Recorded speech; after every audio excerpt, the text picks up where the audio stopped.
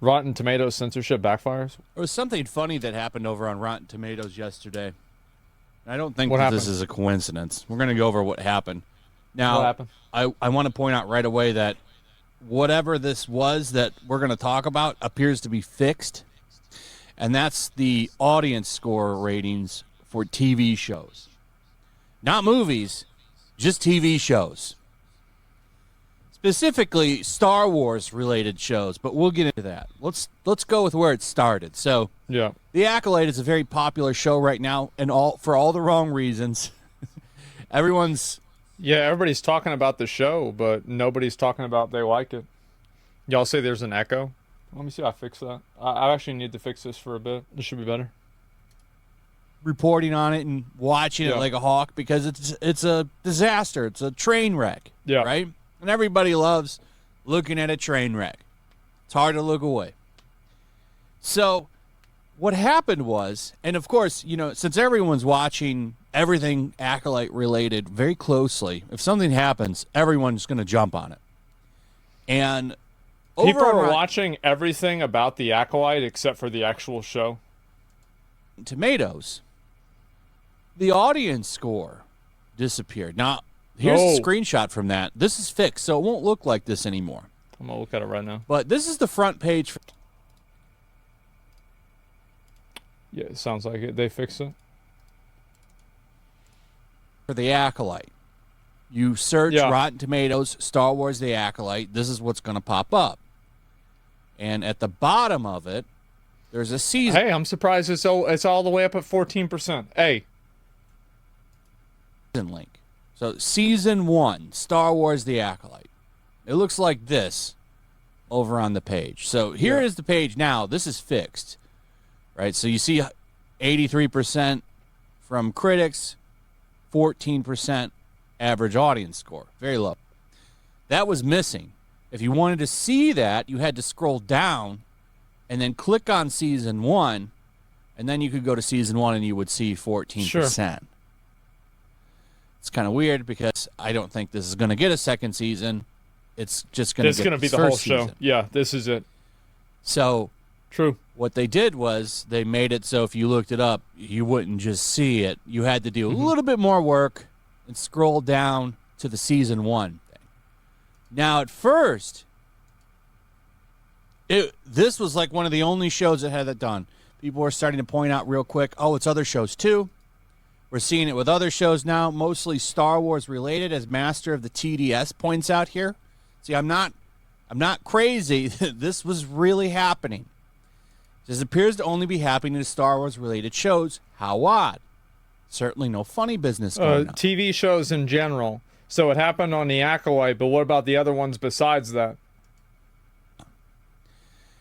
And then the website, you could tell they were tinkering with it because the loading for the site was slower than usual. I don't know how to better describe that. Okay. I have super good Wi-Fi here. So, I have fast internet. Very good internet here. And it was taking a little longer than normal. Maybe that's just, maybe that's just nonsense, but it really did feel like they were tinkering with the site. You're going to have to you're just going to have to take my word with it or take it with a grain of salt or whatever. I think that we just learned this, right? With remember that fucking DEI detected website where I really thought that they had been censoring it, but it turned out it was actually just the fucking some DDoS protection, which still didn't really make sense to me, but that seems like that's what it was. I feel like that's a big learning experience, and I think that we should think about that a lot when we go and we start shooting first without really being sure. Did they never said anything about this? There's no receipts for this. It's about being skeptical, right? But and that's the thing. You need to be skeptical of it, especially if it's something you want to believe. Yeah, exactly. Sometimes Google bots can't go through DDoS protection without being whitelisted. Yeah. And I didn't know that. It didn't make sense to me. And so yeah, right. And so I scrutinizing websites every time they update is a recipe for paranoia. Yeah, exactly, right? Now, is there a chance that they floated this and then they got a lot of negative reception and then they decided to backpedal on it? Yeah, for sure, that's possible, right? Like, it's also possible that a raccoon got in the building and the raccoon did this. But, you know, I wouldn't expect that to be the reason why. It's a low possibility. That's what it felt like to me. And then other Somebody says they just restructured the site to hide the audience score on the front page. But if you say that, but if I click on it, it says audience score right there. Like, I mean, that didn't happen, right? Because, like, I can just look at it and you can see immediately that didn't happen. They disabled the value. 14%. That's a value. Front page. Was it like this before or not? So you're saying beforehand it showed the audience ranking and also the critic ranking? Yeah, that's stupid. It should show both. I'm going to be honest. I think it should only show the audience ranking. Who cares what a critic says? Yeah, like what? Like, I'm sorry, but like, this is my opinion about movie critics, is that a critic is supposed to be used as a tool and a reviewer is supposed to be used as a tool that the public uses to gauge whether they should see content or not. I think that if there is this large of a disparity between the average audience ranking and the average critic ranking, the critics are always wrong because the critics exist to serve the audience. That's the way it works. There's no chicken and the egg. The audience is the reason why the critics exist. The critics aren't the reason why the audience exists. TV shows in general started to look like this. Not just Star Wars, everything. Some still had it. But for the most part, every TV show was losing. Somebody says it's not an authentic review of the content, though. This is review bombing.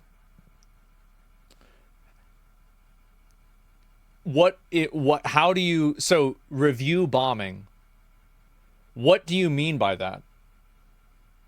People saying that they don't want to see the show? What does that mean, a review bomb? You're being a little bit hypocritical. You just said that you don't trust other people's gaming reviews. Why do you trust movie reviews? It's not that I trust the reviews. It's that I trust the critics' reviews less than I trust the audience. I trust them less than I trust the audience reviews. I'm not going to look at a negative audience review and think, oh, wow, I hate this movie now. No, that's not what I'm saying at all.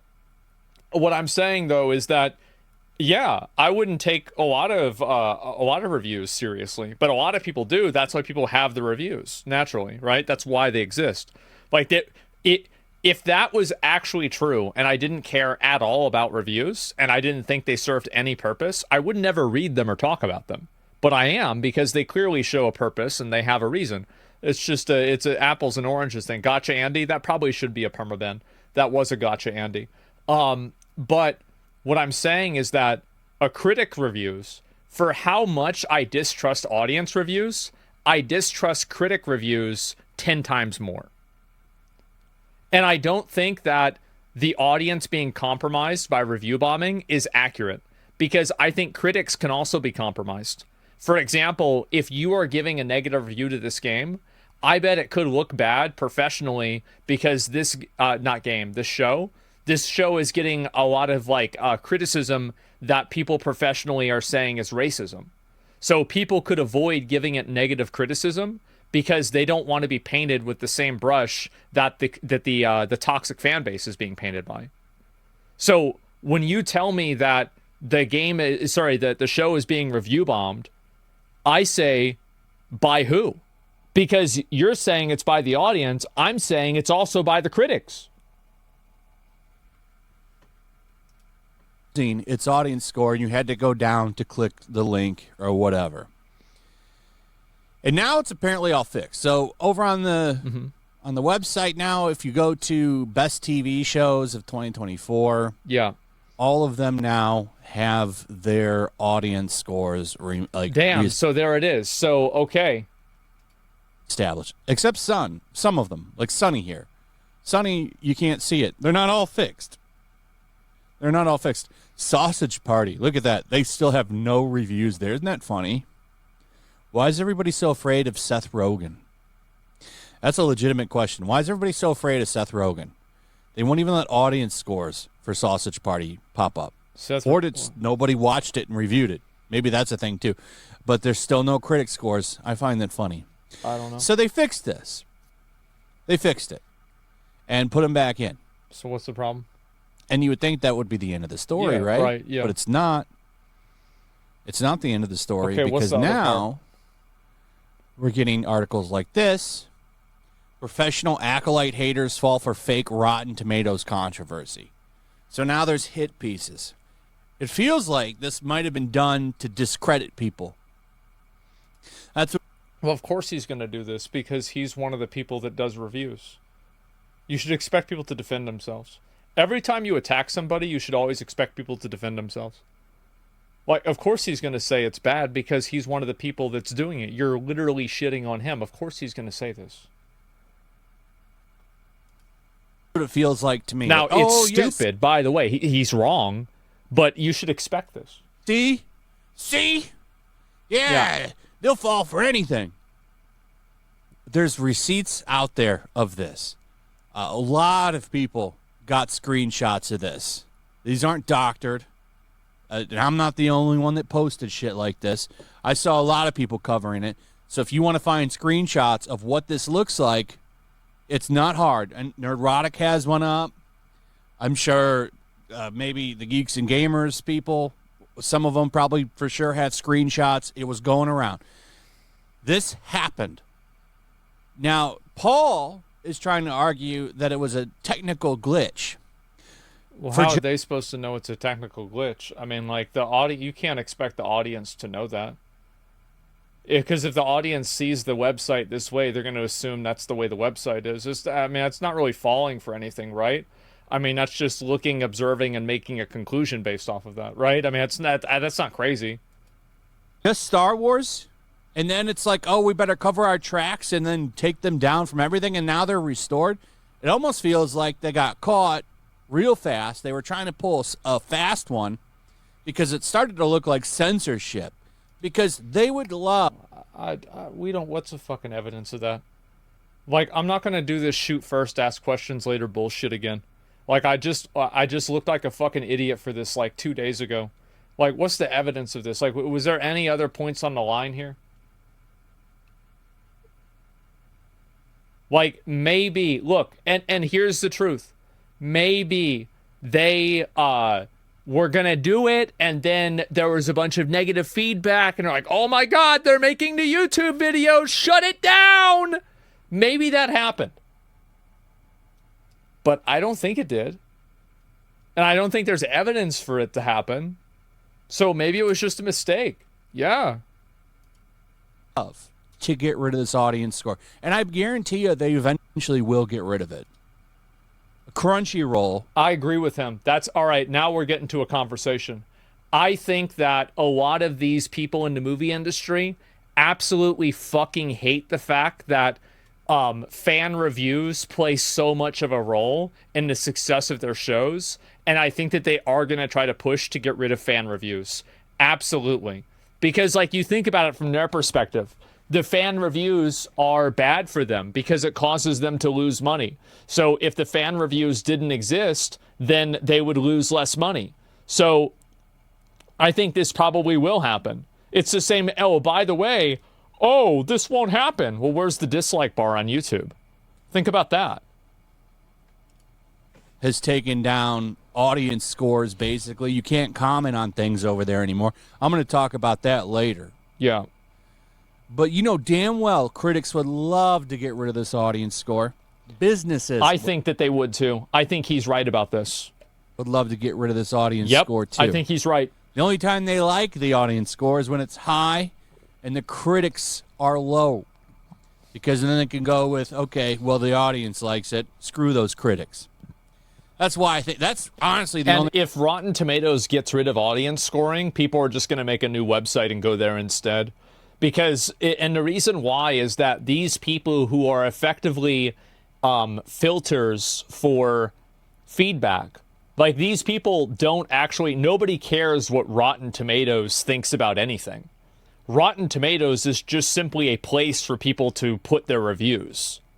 So if you can't put your reviews there, they're just going to go somewhere else.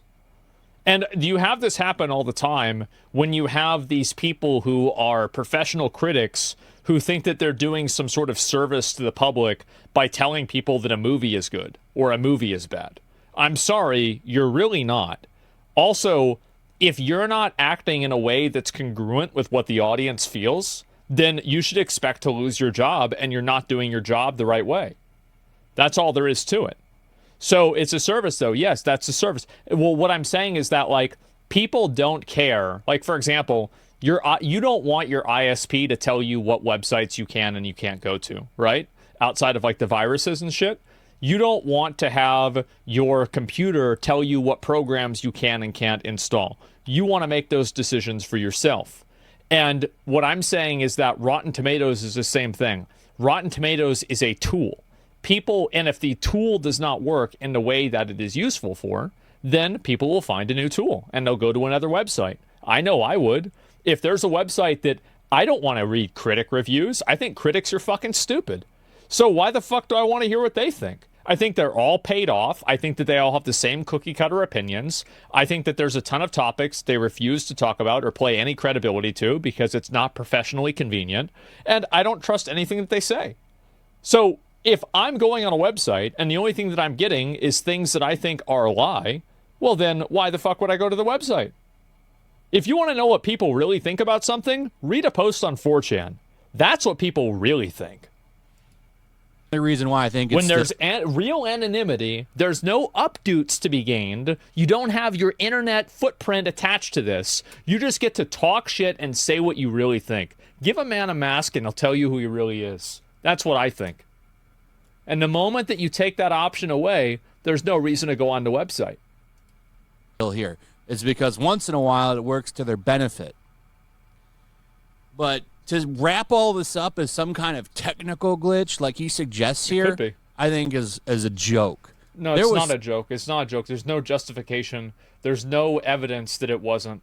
Like, no, it's not. Like, I feel like people get an opinion about something, and they get so attached to that opinion that they're willing to, like, it's like a captain, you know, a captain will go down with the ship. You don't have to be, you don't, like, you can't always know why things happen. Like, you don't know why this happened. Paul Tassi doesn't know why it happened either. None of us know why it happened. But, like, if you say this is the reason, that's different than saying you don't know what the reason is. On. And it's not a coincidence to me that it was all Star Wars shows at first. And then other TV shows got theirs removed. And it wasn't even every TV show. There was a couple that still had it. Surprised. Then I don't believe it because I see it. Where is it? Where's the picture? Because I'm seeing the Acolyte. I'm not seeing anything else. Surprised they had high audience scores. Like I said, you're going to have to take that with a grain of salt because I can't show you because they fixed it right away. I was going to go over it today, and then when I got on, lo and behold, all the audience scores were fixed. To me, you know, we'll have to take it with a tinfoil hat, right? Because I can't prove it, but just speculating, I feel like Rotten Tomatoes was going to do a solid for Lucasfilm there, and it backfired because they think no one's watching this shit, but everyone's watching it. And the moment they did it, it exploded on Twitter. Everybody was talking about it. I mean, you had an article go up almost 30 minutes after it happened. So everyone was starting to talk about it, and it backfired on them. And they quickly, see, here's another shot. It was gone. Right here. So it backfired on. How do you know that? Like, how do we know that? Like,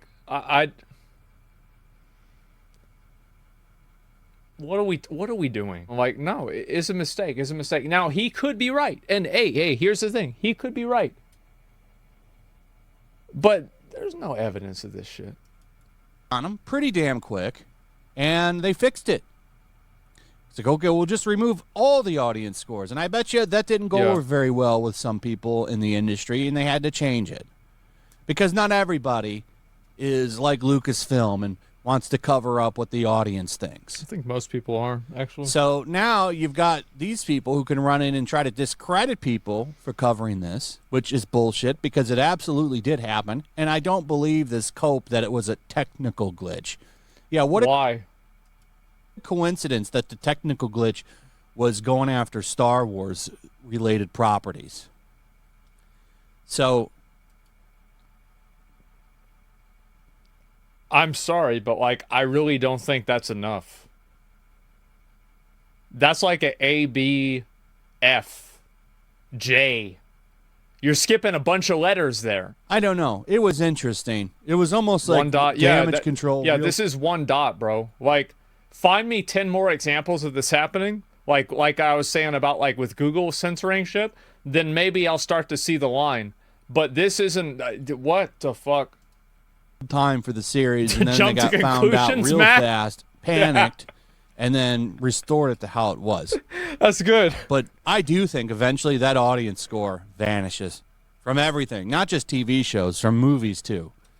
I have no doubt that one day that's gonna vanish off of Rotten Tomatoes. I think he's right, by the way, about this. I think that a lot of the studios and the people in the industry tremendously resent the amount of power that the audience has because they don't think that the audience views things authentically. Now, they're stupid, but that's still what they have every right to be stupid, right?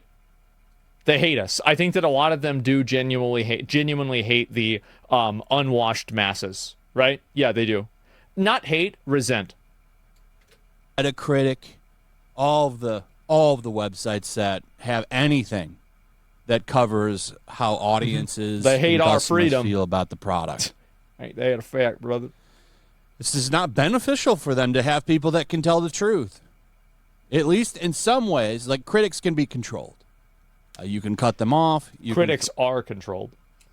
Threaten them losing access, all Yes. that stuff, and they'll fold real fast. Yes, critics, they are controlled. So, interesting stuff. I was kind of shocked to see it, and when I woke up this morning, it was back, and then I saw articles like this. It's like, okay, well, they're going to capitalize this now and try to discredit people.